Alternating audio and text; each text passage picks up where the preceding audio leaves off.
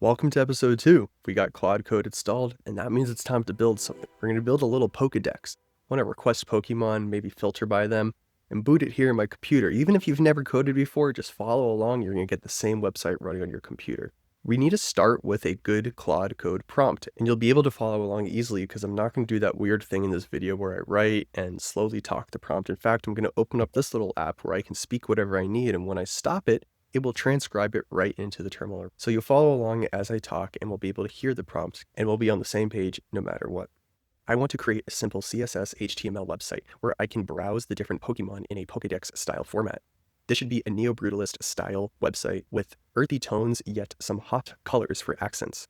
The Pokemon should be viewable with publicly accessible images that you can find via a web search on where to get these images, and of course using one of the widely known publicly available Pokemon APIs. I want to be able to view, sort, and have a sidebar to save Pokemon that are my favorites. Of course, this won't have any persistent to store, no database, and everything will reset when I take the website down from being booted locally, but that's okay. We simply want to exercise our skills and have something that looks neo-brutalist, earth tone with hot accents, sortable, searchable, likable, and savable via a small tab navigation menu on the left. Plan out at least 5 or 10 to-do items to help you accomplish this, and make sure you weave in any sorts of linting or checking of the code that you produce along the way. Try to use animation things like frame or motion, Tailwind CSS for the main styling, and of course, robust use of good CSS primitives to ensure we pasting gobbledygook all over the place. Okay, so we have the text pasted in here from our little dictation thing, and what I'm going to do is switch to plan mode. You can do this by pressing Shift and Tab. When you press Shift and Tab, it cycles through these different modes that you can see in the lower left. So I'm going to be on green plan mode with that pause button. It's going to do information gathering so it can lay forth the best progression to minimize those errors. If you went through the setup process of Claude Code during your sign-in and you had to wonder, what model do I use? I'm using Opus to plan and I use Sonnet to execute, and that's typically how you see these models used. Opus is great at intricate planning and Sonnet is good at working, so let it work. Now here we're met with our first need for an approval. Claude has a variety of tools. These tools can do things like read things on your file system, search the web, perhaps create files, delete files, run random commands that you might run in the terminal otherwise. Each time these run for the first time in a project folder like we're in now, Claude's going to ask for approval. Hey, can I do this? And so here we're looking at a tool use that needs approval, and it's the web search tool. So we're going to web search for the following query. PokéAPI, official Pokemon API 2025, blah, blah, blah, blah, blah. So it's just doing a web search. This is fine, and in fact, we want it. I want Claude Code to go reach out to the web, pull information down, and have it in its context window so I know what's going on. So let's click yes, and I'm going to go to option 2 here, which says don't ask again for web search commands. Because right now we're doing planning. I just want to keep my hands off and let it do what it's best at. Now, if you're doing something that might be more destructive, like removing files, cleaning up files, doing large changes to files, whether they're code or not, maybe this is PowerPoint and CSV files, you might want to be a little cautious about letting it go off on its own like that. But for things like information gathering and additive changes, sometimes it can be really nice to just let it go without the need for additional approvals. Here we have our current list of to-dos. We're going to research the Pokemon API, plan the project structure, set up the project, create some neo-brutalist design system, implement the Pokemon API integration, build main Pokemon grid/list component with animations. That sounds good. I'm curious what the grid list will be like. Create sidebar navigation, implement search and filter. Man, I'm excited to see what this comes up with.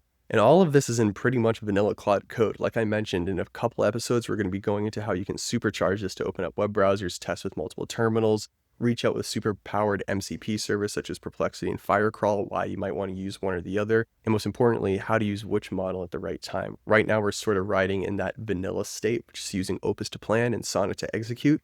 But let's see what happens, and we can tackle that when we get to it. And right away, we're met with another super exciting tool use that we can see, the task tool. So a task was called, and it was called with Research Pokemon APIs. Now, this is just the title of a task. There's a whole piece of content and context that is delivered to the task in addition to what we're seeing here, the title.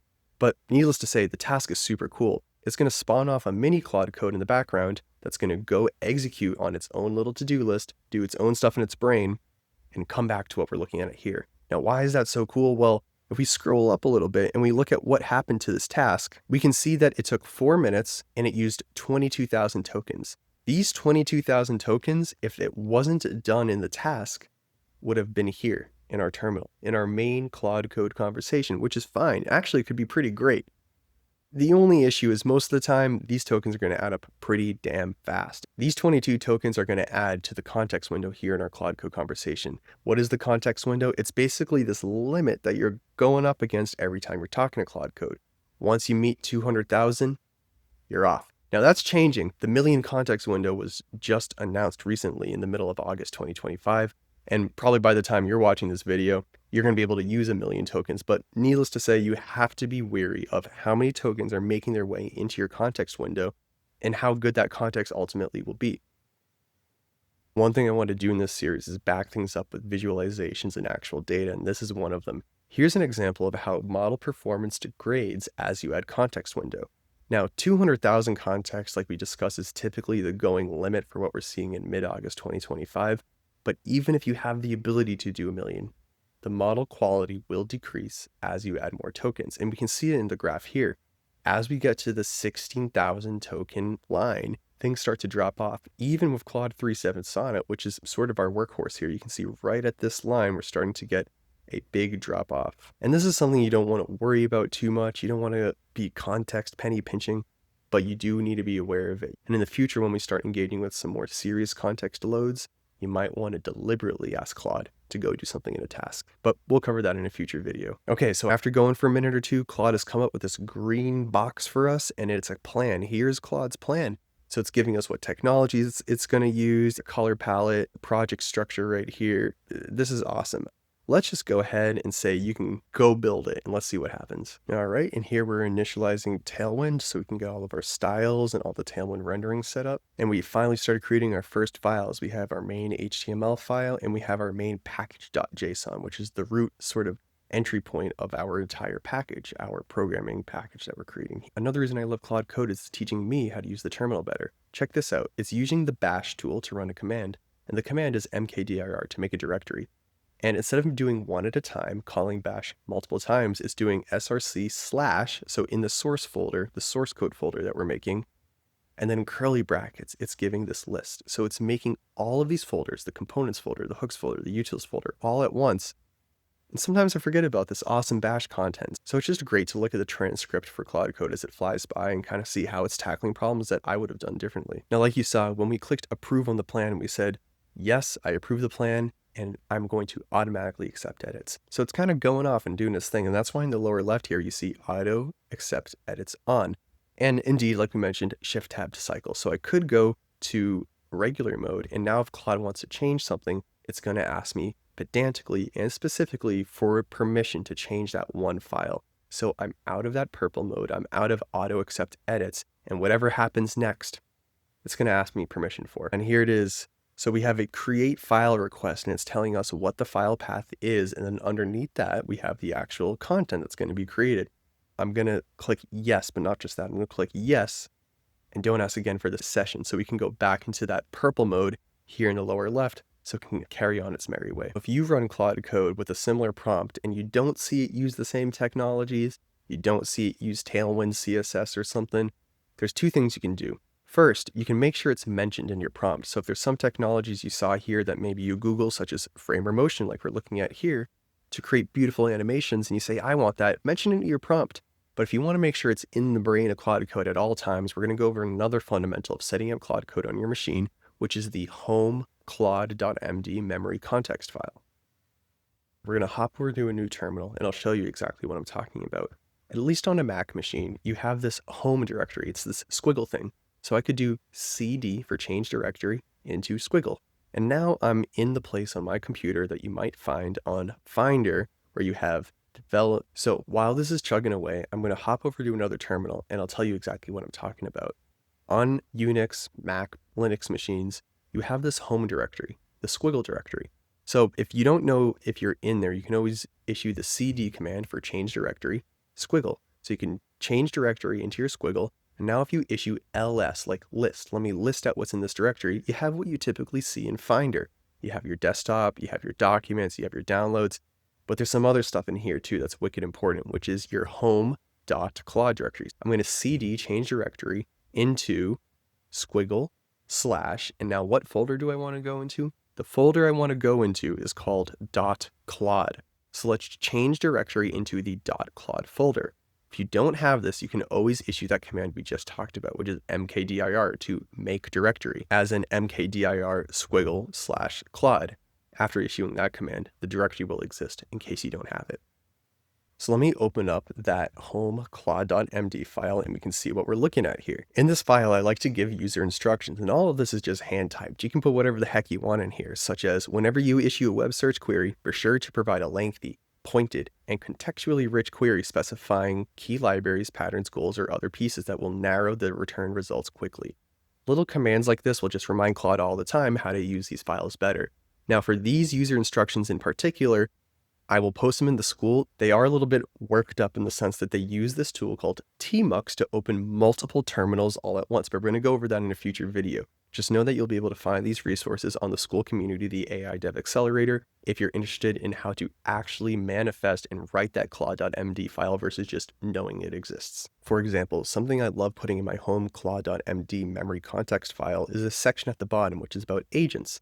There are some task tool calls, like we talked about just now, that you want to be hyper curated and very specific for a particular task. So one of those tasks is linting and type checking, because if any of you have run a type checker or lint and you get all those lines of context, you don't want that in your Claude Code memory context.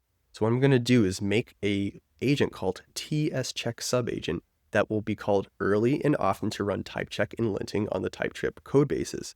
And if we hop back over to the Claude Code runtime, we can see highlighted in red the tscheck agent got called.